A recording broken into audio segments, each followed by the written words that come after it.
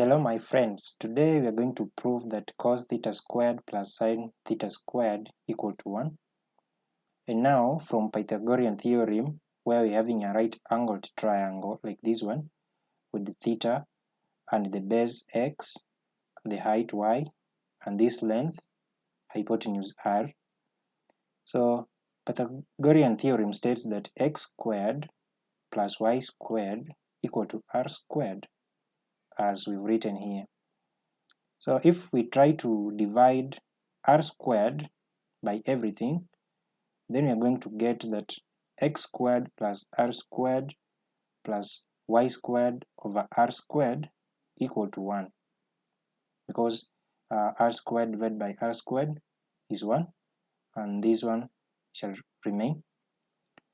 But to find cos theta from this triangle, we're having this x as the base or the adjacent, and the opposite and r as the hypotenuse.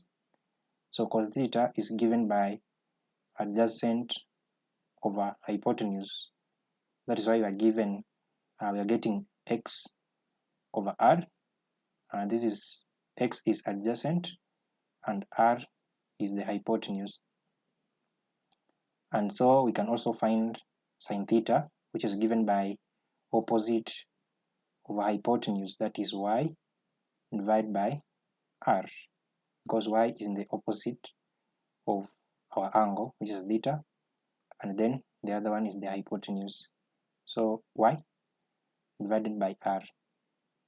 And now we can take these values for cos theta and sin theta, then substitute them in this particular equation, x squared over r squared plus y squared over r squared equal to 1. But our cos theta equal to x over r, but in this equation it is squared, so we can say cos theta squared plus y squared over r squared.